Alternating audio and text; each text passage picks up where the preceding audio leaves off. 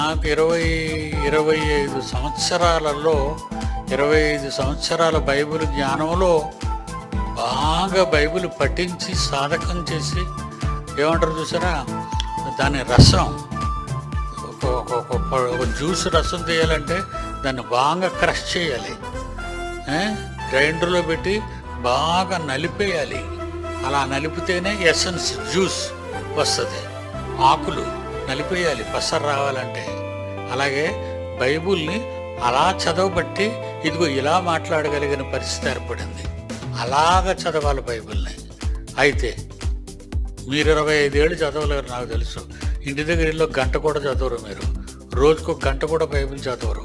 మనం ఎంత చక్కగా ఉండాలంటే బైబిల్ని ఎప్పుడు అనుదినము దాన్ని ధ్యానించాలి అన్నాడు. రాత్రి పగలు దాన్ని చదివేవాడు, ధ్యానించేవాడు ధన్యుడు, ఆశీర్వదింపబడిన వాడు.